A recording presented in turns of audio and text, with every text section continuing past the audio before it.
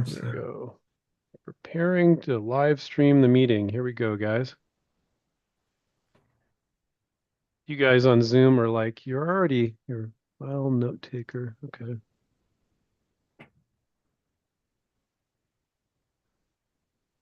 I don't know what's going on there. Oh, there we go. Oh, cool. We're live streaming. Okay, click one more button, guys. We'll get going here. There we go. We'll do that too. All right. Ready to go.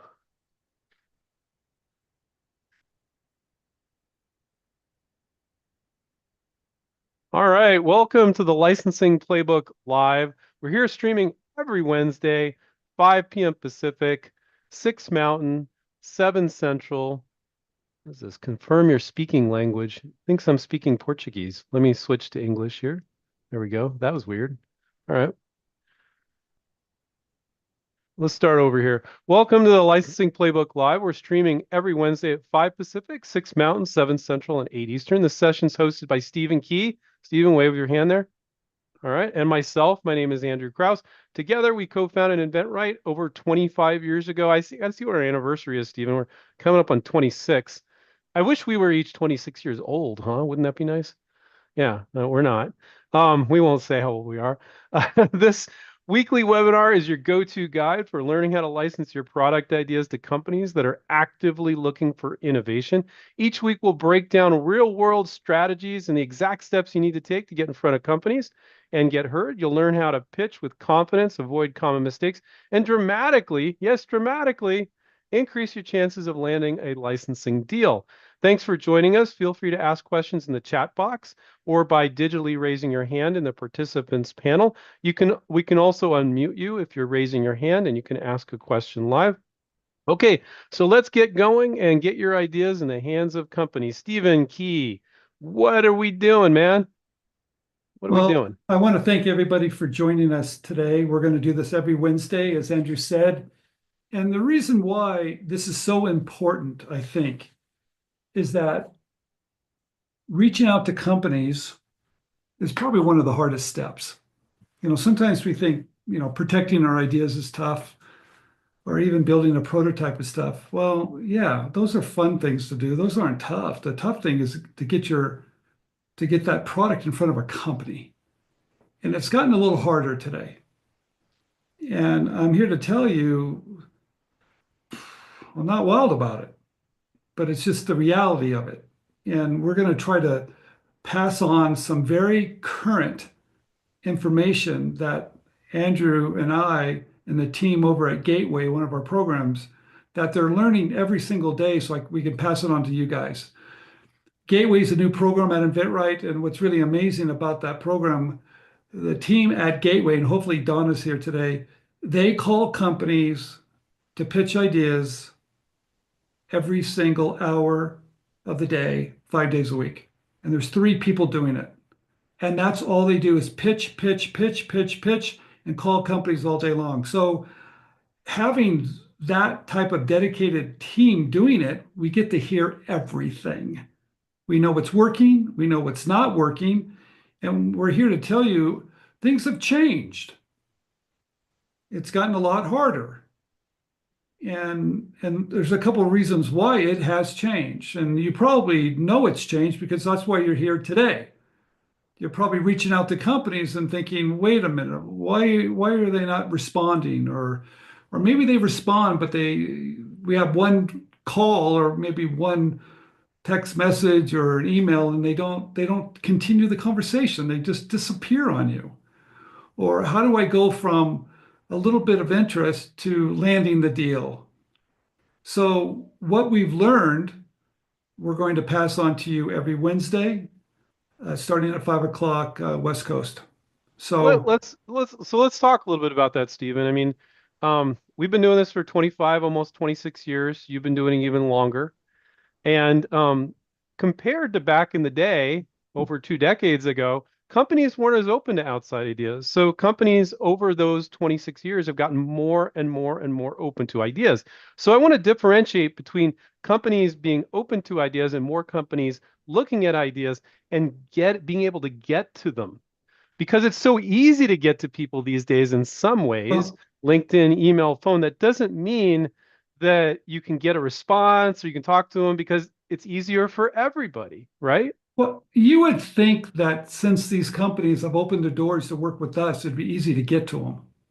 You would just naturally think that. But there's a reason why the companies that recognize they're gonna see some probably maybe some really good ideas from the outside their walls. But why has it gotten so hard? And I'm going to tell you a couple things that I've learned recently. If you get someone's email, and that's not hard to get someone's email today, right? You can go to what is it, Email Hunter? What is it, Andrew, to get someone's email today? There's some different websites you can go to. Email Hunter is one of them. Yeah. Is one of them. Yeah. But okay, so you can get their email, but are they going to respond? Right. No. All right. So you have to stand out. And the way to stand out today, we used to tell everybody for years, be polite, reach out to them, and then maybe reach out to them in 10 days and maybe give them another 5 more days. But don't bug them. We used to tell everybody, just don't bug them. And what we realized, no, you have to bug them. And that's changed because a good example is that when I receive emails, I don't answer all the emails today. There's too many. I only answer the ones that I know the people. Simple. I can't get to everybody. And if I cannot get to everybody, can you imagine what's it like at these companies? Hmm. But if someone sends it a second day, 2 days in a row, I see it, but I still don't respond to it. But it's kind of floating in the back of my mind. Oh, okay, I see that guy, but I don't know who he is. I've got stuff to do. I let it get buried in all my other emails. But it shows up the third day. Hmm, there's that person again. Clearly, they're not going away. Yeah. That tells me they're a pro. That tells me they want to get an answer. And I'm in business, and I know there's a courtesy sometimes that if you're in business, you really want to do the right thing by telling them either I'm not interested or maybe send it to this person or whatever, but you want to respond. So the third day, the fourth day, I always respond because I know that that person is going through a lot of effort and it's a courtesy. Now I'll look at it. So instead of sending it every 7 days, 10 days, don't do that. Send it every day. Okay. We never said that before, but that's how crazy it's gotten. Hmm. So, yes, are you a pest? Yes. Are you a professional? Yes. You're a pro, and they will respect that and they will try to get rid of you, but they will look at it first. And maybe now you're on their radar. That's one Yeah. way. You know, you know what, Stephen, we have a program. We have two programs. We have a gateway program where we license products for inventors, and then we have our coaching program where we coach and mentor inventors to license their products. And under our coaching program, we have this additional extension called Bridging the Gap. And I love this program because we bring on CEOs, marketing managers, product managers, and they tell you what they go through when they're receiving submissions. They tell you about their day. They tell you about the fact that they're doing 3 or 4 people's jobs, which a lot of people in corporate America are doing. They tell you about the wacky stuff that inventors send. And what I love about the program is because, we might have one on that is doing kitchen gadgets, another one's doing automotive products, another one is doing garden. It's not even important that for our students that they have a product in that category of that product manager or CEO or whoever. It's more that they hear from their perspective. If you're just thinking about what you need and you're not thinking about the other person, you're not being empathetic. You're not understanding that they have 5 employees they manage, they have 6 projects, and they get 200 emails a day. If you're not acknowledging that and realizing that, and if you think that you're the most important thing in their life, you're wrong. And what I like about that program is it illustrates that. And they're very friendly. Like they're all these people that come on are very friendly. But they're like, here's what I deal with. Oh, okay. Now you know. So when you're sending like, an email that's like 3 pages long, you you're Well, being an idiot. I'm we've sorry. I'm going talked, to say it. Don't do uh, that. yeah, we've talked about this for years, you guys. You got to be even shorter to the point now. It used to be, you could maybe go a paragraph or two. I don't think you can go 3 sentences anymore. I think it's got to be really short. And I think it's got to say really three things. It's got to say, number one, I have a patent pending. You guys, you have to state your IP right up front. It's patent pending. I have a patent of this right up front. So that gives them some credibility. That tells them that you have skin in the game. And that means more today than it used to mean. Doesn't mean they're going to defend it in federal court. It doesn't mean anything. You know what it says? It says that you have done some work, that you're just not throwing something against the wall. You have skin in the game, and they do appreciate that. In fact, I didn't realize how much they do. Doesn't mean they're going to do anything about it, but they like to know that you have. The second thing is you got to be so clear on the benefit of your idea. And if you're not clear, and if you have to go along, you're not going to get them to read it. And that's even more important today than it ever really has been. And that point of going short and to the point, and you really know their product line. Now, here's one thing that I think is also important. If you know that it's going to be cost effective or it's going to be the same price as existing ideas, and why is it better than other ideas, or even it's a little cheaper than the existing products, you guys, if you have that advantage, you need to state that. That alone will get a call back. Mhm. In today's environment, that one thing. Let's say that again. Let's be very specific on what Steven's talking about here. It's if it's lower cost than existing solutions and has an additional benefit. Not everybody has that, but if you have that, that's the bomb. You got to say it. You got to Even make if it you clear. don't know, say it. Well, well, don't full on lie. It's going to cost 3 times as much I don't and care. be I, better, but I, you're going to say it costs less than I know, anything but else. they That's have to do fine. their own work anyway, right? And you don't know exactly what it's going to cost either, right? True. So take a good educated guess and say, yes, you guys, I'm all about getting someone on the line. I'm all about getting the hook in there. I'm all about getting them to call me back. So if you've got to use that and you don't know exactly, so if you got to stretch it out a little bit, do it. It gets their attention, especially in today's environment. Hmm. Is Dana here? Did Dana show No, up? she's not. She's not here. Maybe she got busy.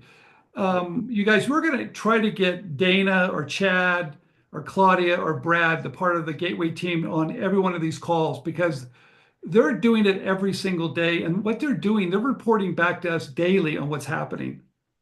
They probably submit, I don't know, 50, 60 products a week. And they get a lot of responses. And we get the responses, we see all the responses. And what the companies are saying to them, they're happy that they're being vetted. You know what they're really saying?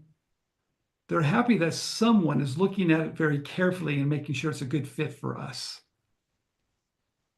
That's all they're saying. We're happy that you're vetting it. That's because everybody else isn't. Is that right? Do you guys understand that? That's why they're really happy about this. Because if we vet it, we're saving them time and money. Well, let's talk about that a little bit. Um, Steve and I used to go on some YouTube shows, and we'd invite a company on to our public YouTube show. This meeting's for the public, so it's great. But we would invite them on to the YouTube show, and they'd say, "Hey, I want to tell your audience that our company is open to ideas." We don't do that anymore. It it was a disaster. You would get on there and the CEO or marketing manager, whoever, was talking about how what they were looking for specifically, right? And let's say they're doing kitchen gadgets. And they'd say, I only want this type of thing and the kitchen gadgets. And what we would get is we get these marketing managers, CEOs calling Stephen and myself back and going, take down the video. Like I got this guy trying to pitch me his mattress invention, his bicycle invention. We're a kitchen company. Like what the hell? You know? And so some inventors get so excited that, oh, this company's open to ideas. I'll just shove it down their throat. And it's like they're not even looking at their product line. So we don't do that anymore. So that's kind of an extreme example, but they really like under our gateway Yeah, program when we're approaching them because they know that we they, vetted the idea before we show it to yeah, them. because Yeah. we're very careful to send it to the right company because we know that's their biggest beef. Not that it's close, not that, hey, maybe they might do that. They don't do it now, but maybe they should do this. Or they're really missing this big opportunity, so they should do something over here. We don't do that. We make sure it's at a good fit. They can put it in their product line, no problem. Right. And they appreciate that because they know they can look at it very quickly and give us a yes or a no. The responses we're getting from Gateway don't take weeks. It takes days, sometimes hours to get a response back because it's really fine tuned, and the marketing material is so well written that they get it instantly, the benefit of it. And that I'm going to talk about too, you guys, because although that's really sounds easy, that's not so easy. It's gotten easier because we'll talk about ChatGPT, how that can help you really do one-line benefit statements or unique selling propositions. But the point is, these companies, when they work with us inventors, and I hate to say this, you guys, they know that it's looking at a needle in a haystack. They've told us that repeatedly. We spend a lot of money looking at stuff that doesn't fit. So that's one reason why they like it. So you have to do the same thing. You've got to go out there and make sure I'm going to target X amount of companies, and I'm going to make sure that when they get it, they're so happy with me, they're going to ask me for another idea. Because if you do that, and that's what we're doing, we want them to say, thank you for sending that over. Do you have any more?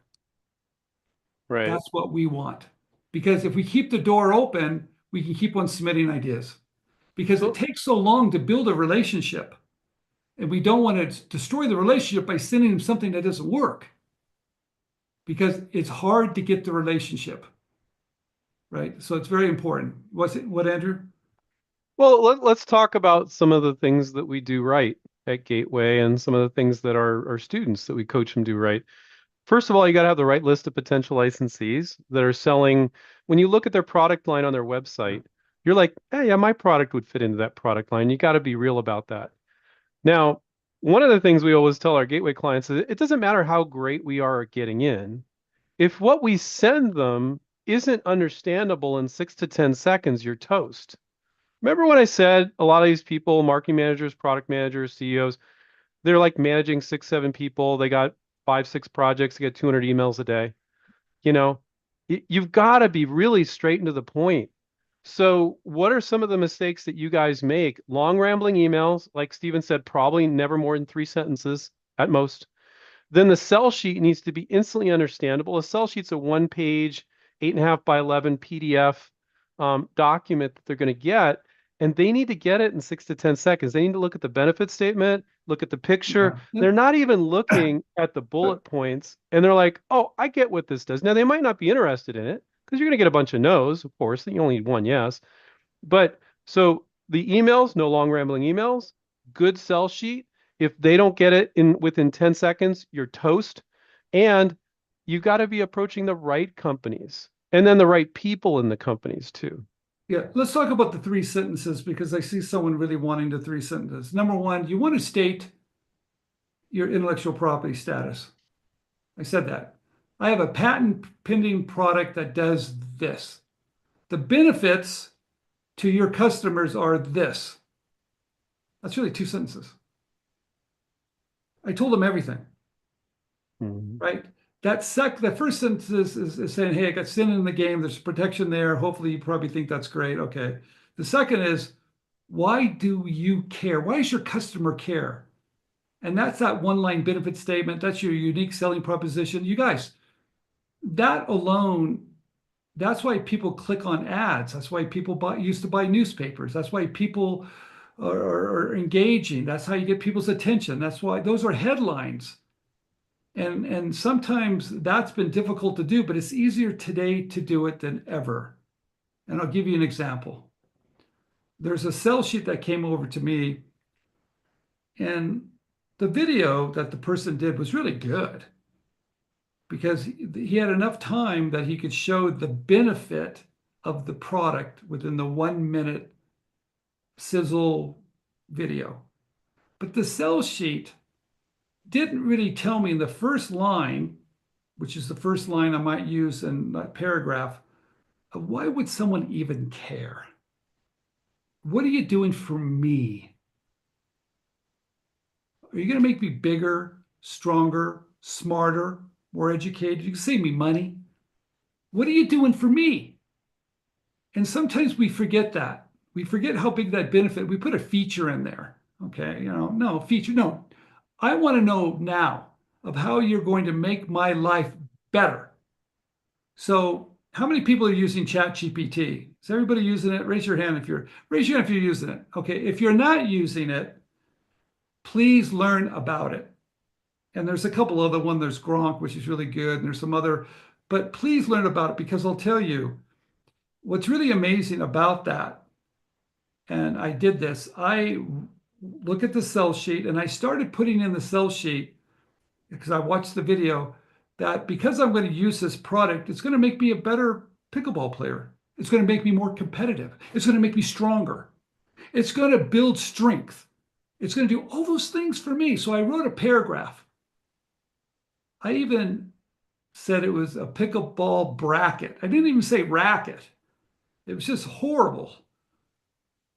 But then I asked, could you please give me 10 unique selling propositions? And I can tell you, they were so remarkable. You guys, it's so incredible how it brought all that paragraph together and really stressed that this tool is going to make you better, more competitive, and stronger. It just said it all like in one sentence. It was all there. Yeah, we've been struggling for years. Well, for 20, 25 years, to teach our students to do good one sentence benefit statements Hard. that really summarize the biggest benefit, not all the benefits. That's one thing that people try to do, but the biggest benefit of their idea. And now you don't almost really need to learn the skill. If you just put in a ChatGPT what the benefits are of the product and ask it to come up with a one sentence benefit statement or a one sentence marketing pitch, it pretty much does it for you. And Right. so I think our coaches are pretty happy. And we've been talking on our coaching meetings. We have a once a week meeting with all our coaches about coaching our members, and it's going to make it so much better because Oh, with some of our members, like we'll have like 3 meetings before they get it. Now they just need to pick one of the it's great yeah, sentences that ChatGPT yeah. gives them. Three meetings. Now you're talking about 3 minutes. Right, pretty much. Yeah. Game changer, completely game changer. So getting back to that one question, the 3 sentences. Number one, my IP status. Number two, what's it going to do for your customer? You guys, that is powerful. And that third one, third sentence, maybe your point of difference compared to similar products, why it's better than similar ones. Maybe it's cost. Now let's talk about that for just a minute too. Andrew said at the very beginning, everybody's overworked. I think that's pretty true.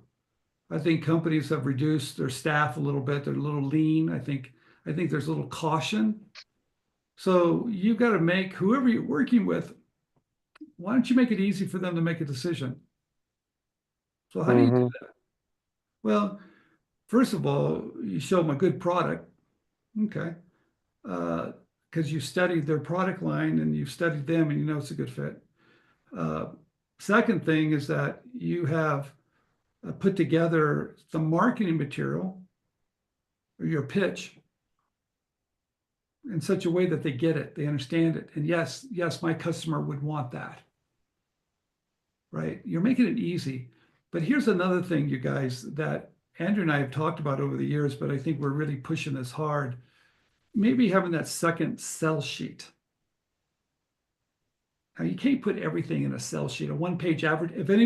If someone's new, has never heard what a sell sheet is, it's a one-page advertisement for your product. It's been around forever. Cut sheet, sell sheet, I don't care what you call it, it's been around forever.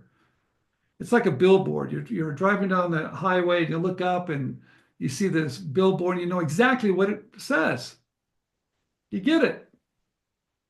And that is so important that someone can get it instantly. And that's why if you ever want to know if your sell sheet's working, give it to someone you don't know and ask them if they see what type of questions they ask. You guys, you have to really work on your marketing material and you got to up it. If you're doing your own designing on your marketing material, you're going to lose. Clearly. Because everybody else is up in their game. They got designers. I mean, you can get a designer anywhere in the world to do that stuff for you very inexpensively now. You shouldn't be doing any of that. You should have pros do it, but you have to direct them. You have to art direct them, give them the good copy. You have to do all that. But you've got to compete at a higher level today because everybody's upping their game a little bit. And that's why we're having this Wednesday is how to up your game, how to stand out, how to get to people, how to get your product on the top of the stack. You know, getting your product on top of the stack. One company that Dana had reached out to said, "Thank you for reaching out to me. We have more time now because we're kind of in a holding period because of tariffs." Now, a lot of people think because of tariffs, everything's stopped. No, they haven't stopped. They're not going to stop. And you don't want to be on the sidelines waiting for things. You guys, Amazon's not going away. Apple's not going away. Walmart's not going away. No one's going away. But sometimes these companies now are pausing a little bit, and now they have more time. I was amazed. The one other thing Dana said to us when they reach out to all these companies, no one mentions tariffs. They've never said we're not looking at a product because of tariffs. Are you going to find some companies that use that as an excuse? Of course you are. Right? It's easier to say that than maybe some of the other things they should be saying. So you got to up your game. And with the sell sheet, you up your game by doing it in such a way that's professionally done and people can understand it within a second. And that unique selling proposition is at the very front. So they don't have to look at anything else but that one line and know that, hey, my customer is going to want that.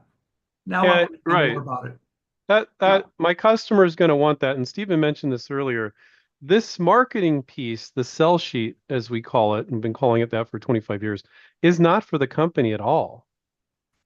It's for their customer that would buy it. If it's a bicycle, it's for the person that buy the bicycle, buy the medical device, buy the walker for an old person or the gardening shears or whoever.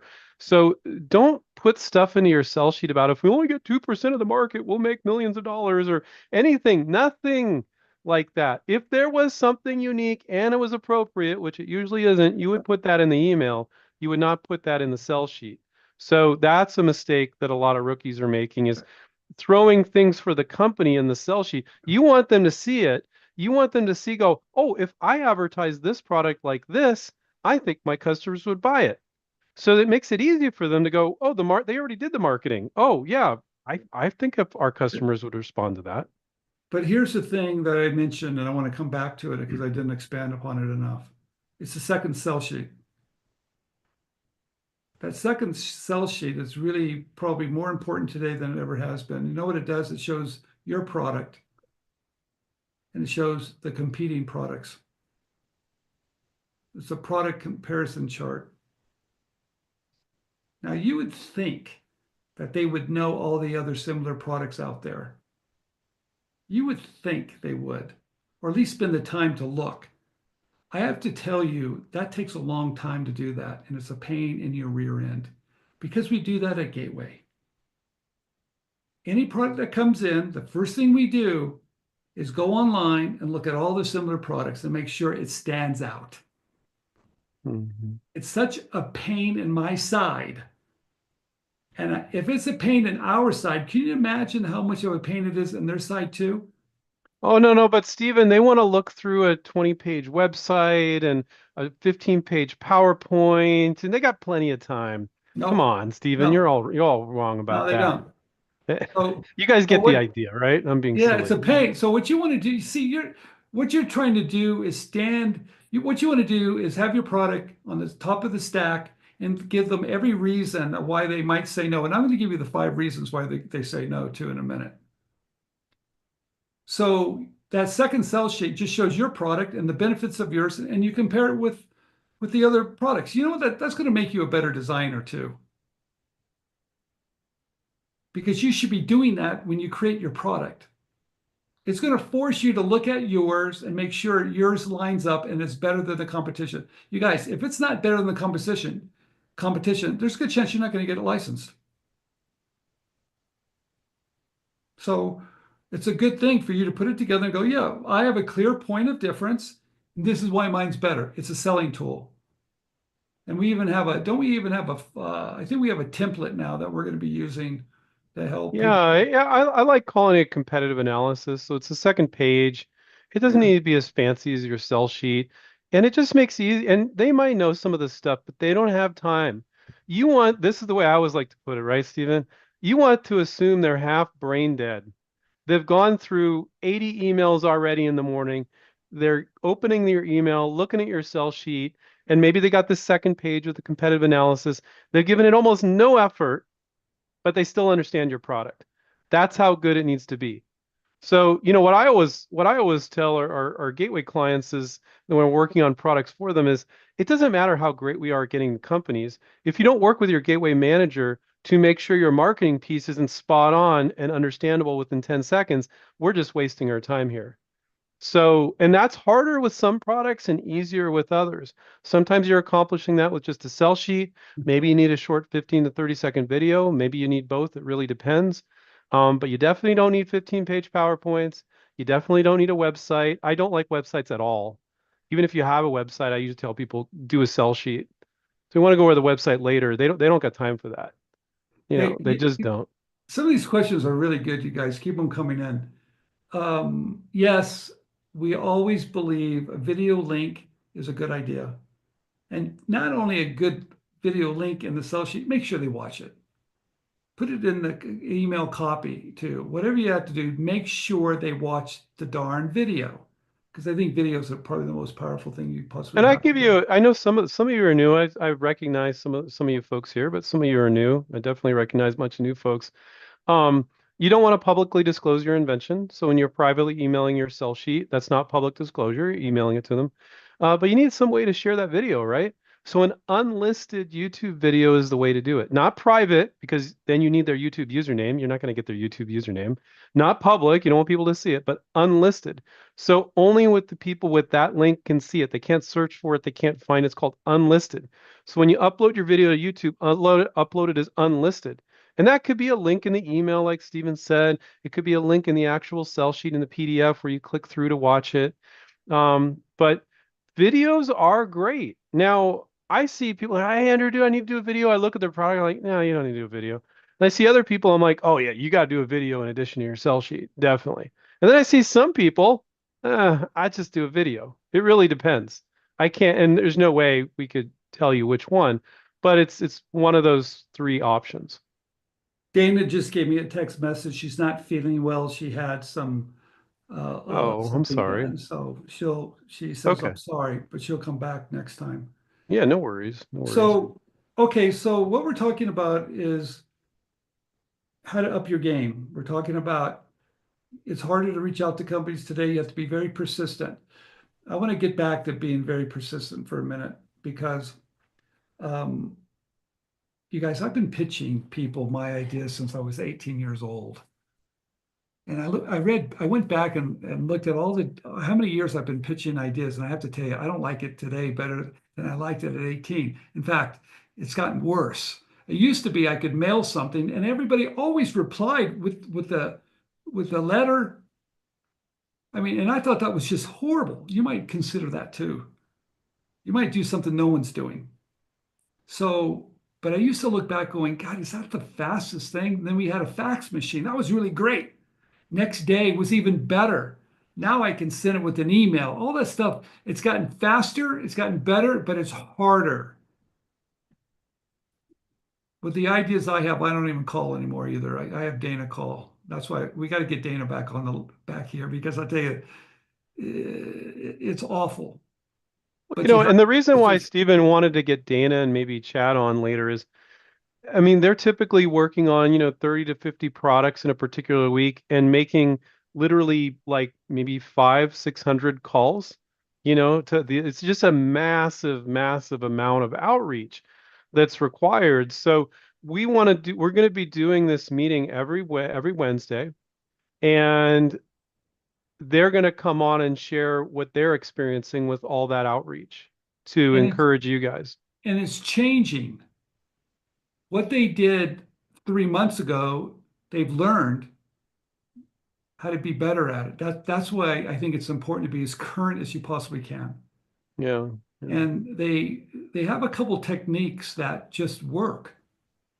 But you guys, they also record their calls sometimes, and we do it privately. We can't share those calls. And what you realize, they don't get to everybody all the time. They have to follow back up and leave a message and follow back up. But the one thing about leaving a voicemail, they did tell me, if you're on LinkedIn, which we love LinkedIn, we wrote a book on LinkedIn, how to license ideas through LinkedIn. It's gotten so crowded on LinkedIn, no one responds on LinkedIn anymore. It's got too crowded. It's like, what the heck just happened?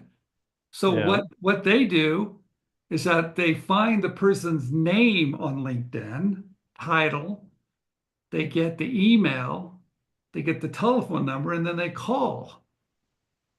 And the book, Licensing Ideas, uses LinkedIn. There's a little phone on it with a slash through it. You don't have to make a cold call. Yes, there it is.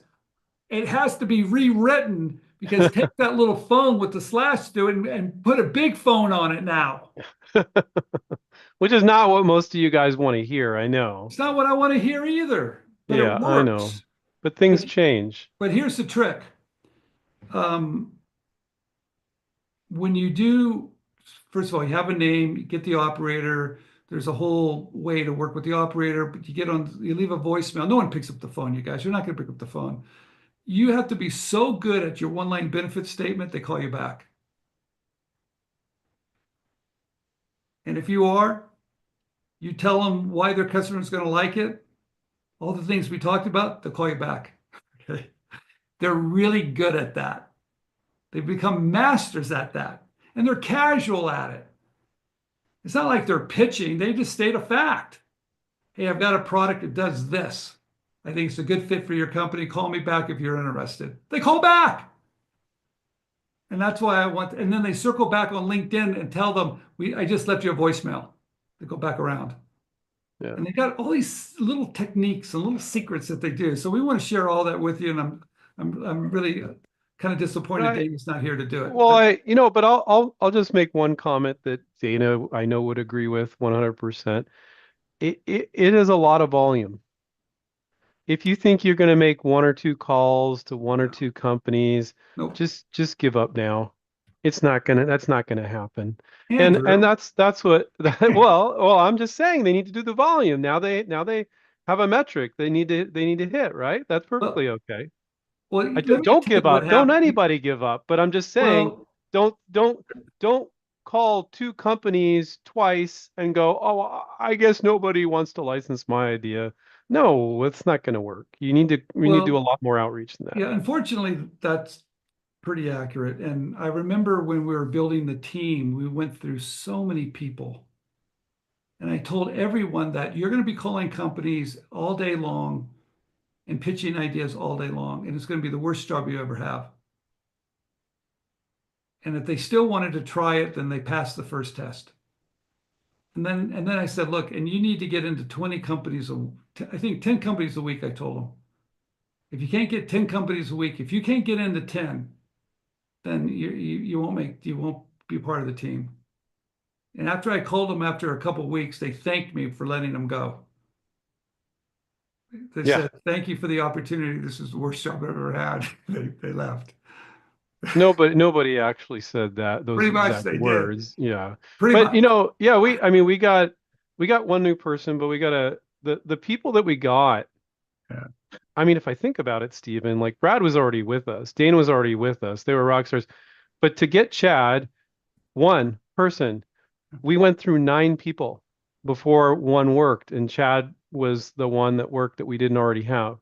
Yeah, So Chad, that could cut it. And it's not like it's rocket science, but it's yeah, people just don't like doing it, you yeah, know? Chad was driving a cement truck Yeah, and he would drive to a job.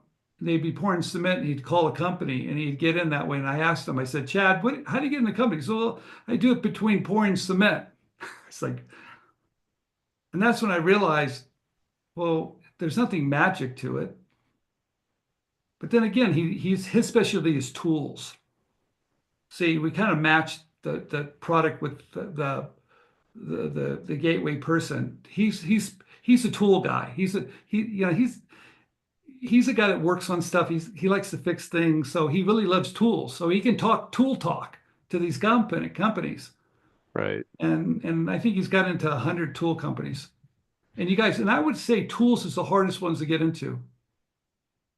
If I was going to say one industry is the Yes, hardest, they're a it's little tools. harder, yeah. Yeah. But he's gotten a lot of them because Okay. he loves to talk about tools. Oof. I just want to make a quick comment. I really appreciate your guys' questions. We're getting questions coming in on LinkedIn. We're getting questions coming in straight from the YouTube stream, from the Facebook stream. It's really cool to be able streaming to YouTube, LinkedIn, and Facebook. Not as much on LinkedIn, Stephen. Interestingly enough, we're getting more on YouTube Okay. and Facebook, and then of course from Zoom here. Um, I would have, Tracy wrote, I just spoke with, I don't remember, I can't remember what we were talking about, Tracy. I just spoke with Andrew about my approach regarding a certain company, so I appreciate his straight talk. You're welcome, Tracy. And she's in Vancouver. We have another gentleman here that this is the beginning of the meeting. It's 2 a.m. in Germany. So Eric, he's on YouTube. So thanks. Wow. Impressed that you're attending at 2 a.m. You're pretty serious. Um, you guys,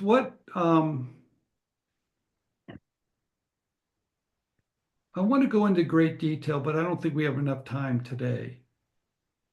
But I want to go into great detail why companies say no,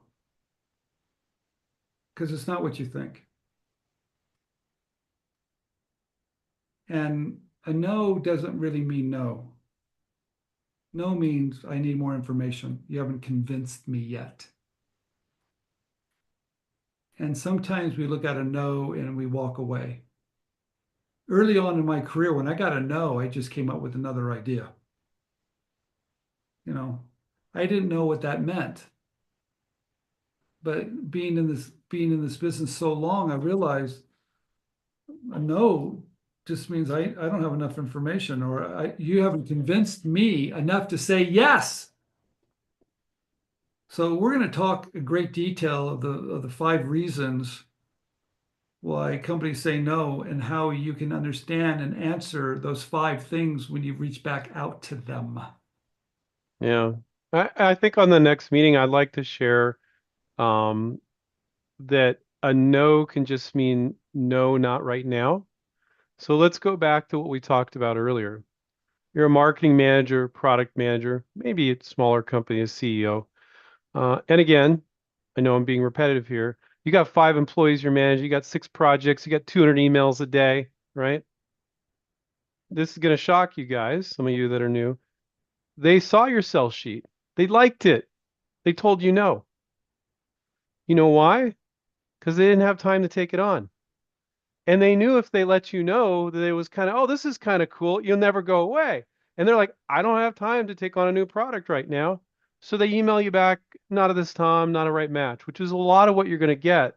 That's a very common response. You're not going to get super articulate responses and all the reasons why it's a no. And if you guys expect that, it's okay to ask for it in a friendly way, as long as you accept the no. Can you give me any feedback? But a lot of the no's you get what they said no because they didn't have time to do it, not because they didn't like the product. And probably 99% of you that are new, you're thinking they didn't like the product. Now, that might be true, or it was not a right match for their product line with a lot of them.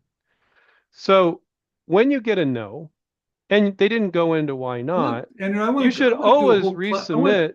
I want to do a whole class on the no, you guys, because I think it's going to happen to you. I can Right. guarantee it's going to happen to you. In fact, I tell you, the road to success is collecting no's. But Andrew, I want to go deeper into Yeah, I that think I because think I made my point here. yeah, I want to Hey, go Carlton, Carlton figured out how to raise his hand. Since he's so techie, let's see what his question good. is. Let's go for it here. There you go, Carlton. Oh, yeah. Can you hear me now? Yeah, you sound great. All right. Listen, I thanks again.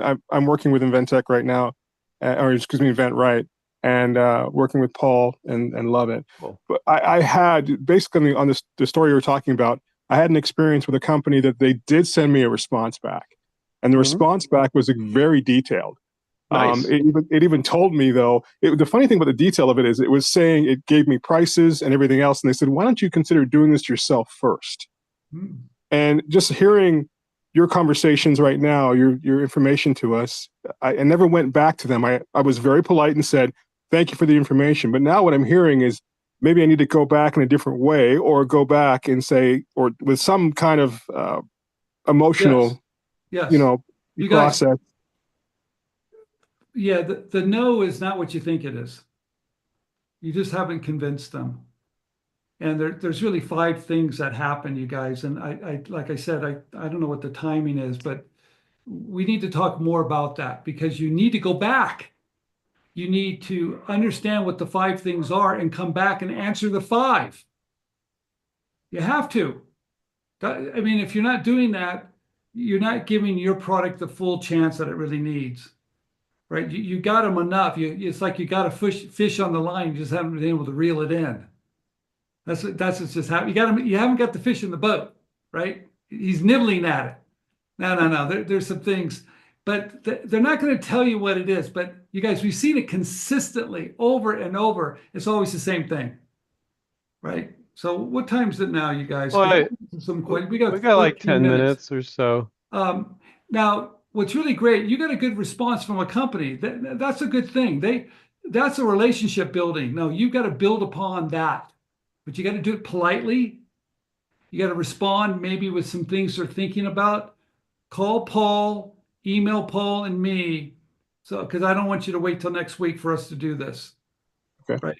So just tell Paul you need to talk to me and we'll do a Skype and I'll get you online that. But that to me, let's put it this way, they cared about you and they cared about your product. Yep. Yeah, But let me comment specifically on what they said. that's a good. 95% of the inventors that license while they're with us have never sold a single unit. So you do not want to take what they're saying. You want to read between the lines with what they're saying. You don't want to take it and go, oh, well, they told me I should sell it myself and then come back to them. It's like, what? You're going to No, go spend $80,000 just to no, what barely get it there's started and show them you sold a few units? no, That's not the way I what would there's take it. what they're saying is we're not sure that the market wants your product. Prove it. Yes, I would say Prove it. correct. Yeah. Okay. That's what they said. Now, Andrew's right. I'm not going to spend $100,000 and prove it that way, but there's other ways Right. to prove it. But that's what they just said. If you were to show it to a buyer, right, of a store that they sell their product in, and the buyer said, hey, I just need a read. What do you think? Would your customers like this? Is the benefit strong enough? And if that buyer said yes, you could go back to that company and goes, I completely understand, but I did a little homework. I showed it to this buyer, knowing that they sell product in their stores. I would say I showed the Mhm. buyer and there's some interest. That would get their attention. But they told you what you need to do. That's what they just said. Yeah, but you got to read between the lines. You have And some to. people will go, "Oh, I need to start my own business now and quit my job and raise hundreds of thousands of dollars, start my own business." And then hopefully when I come back to them, I show them I've sold 5,000 units that they want to license it now. No, that's not what you read into it. No, And I but don't think that's what you but read into it but at they're saying all, if Yeah. they're not sure the customers will buy it. Prove it. Right. That's Right. all it is. But Stephen, they took the time to say that instead of saying, and they gave reasons too. They didn't say no, no, I don't No, think but this product they makes what sense or they're anything saying like is that. that we like it. We're just not sure yet. All right, that's fair. You know what? You know what? I like that actually because I can show market demand. That's easy for me to do that because I can get it to someone and say, all right, what do you think? I can do that. That's not that hard to do. You think they would do that, but they're so busy, they're not going to do the work for you. But that's a good response. And I tell you, that's what they're saying. You guys, every time they say no, there's a reason behind it. That's all it is. And you need to know what five they are and come back and go back and have a nice relationship. And this is what, you guys, this is what the head guy at Hasbro told me when I wrote this book, Become a Professional Inventor. He said, Steve, this is how it works. 60% of all our products at Hasbro comes from people, independent inventors. 60%. The first product they show us has to be tweaked, worked on, maybe changed, but it's never perfect. It's when we start to see it and start having conversations about it, it evolves. That's where we usually take it. Hmm. Hey, I want to answer this question from Karen. Do surveys show market demand or are they worthless? It's been proven that in focus groups, which a survey is even worse than that, but in focus groups, you give people pizza or whatever, and you ask people what they think about the product, that all the people that said they would buy the product, only 1 in 10 actually would if you ask them to open up their wallet. So I think focus groups, you didn't say focus groups, you said surveys. But I think focus groups can be useful for figuring out what some misperceptions about the product are, what people's concerns are about it. But I don't think anybody's going to be impressed that you did a focus group and they all said they would buy it because they Well, know. yeah, let's talk about that for a minute. One of the projects I'm working on, they did a, I don't know what you call it, focus group. And they just got people in the room, asked them some questions, and they showed us their answers. It was $50,000 is what it cost them to do that for one day. And they wanted to know what the public, and then they did it in another country to get a response. And the response, trust me, it was enough for them to keep going forward. But they paid for it, and it was very managed, very tight. But I don't think if I did, monkey survey, they're going to pay attention to that. I don't know if they're going to do that. But Yeah, the Survey Monkey or whatever. But yeah. and we can't mention the name of the company Stephen talking about. That is a very, very big deal with one of the largest companies in the world. And that's not typical. Don't think that you're doing a kitchen gadget or a gardening product or No. something. They're going to spend $50,000 on a focus group. That's very uh that's very unusual. Very unusual. Yeah, and I'll tell you, it was interesting how that all unfolded, but it was expensive. But typically, typically, I haven't seen that in 40 years. That's not typical. No. Toys, they might do focus groups. Mattel, Hasbro has their own little lab, bring kids in. I think they do that all the time. I think that's pretty common. But most companies, I don't know. I think this next one kind of illustrates that some people have been thinking about a particular idea for years or decades, and others came up with something months ago. It doesn't say the person, it just says iPhone.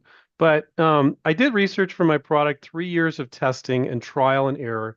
And Oh, once I realized how desperately California alone needs it, I started the patent process. In 22 months of roadblocks, I finally received the patent, and it got activated.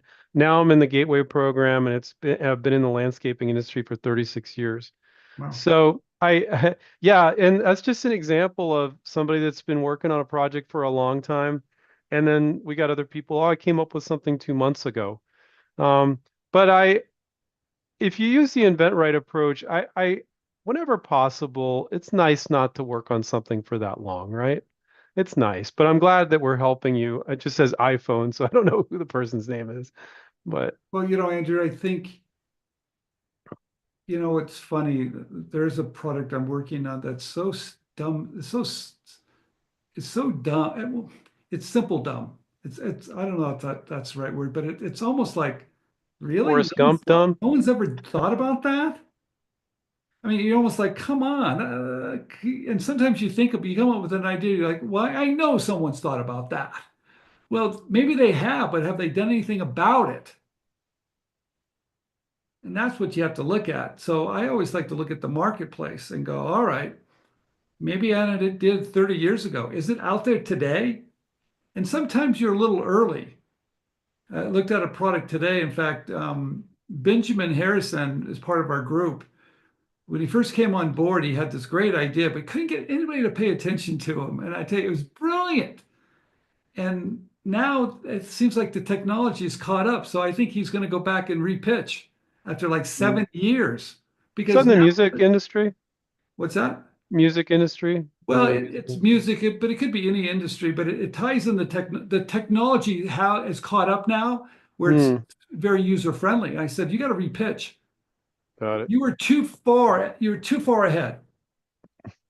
Timing See, was. I figured out who it was. It was Stan. He said that's Stan me, with his Gopher related product. So that was Good. Stan. So he just thinks that iPhone.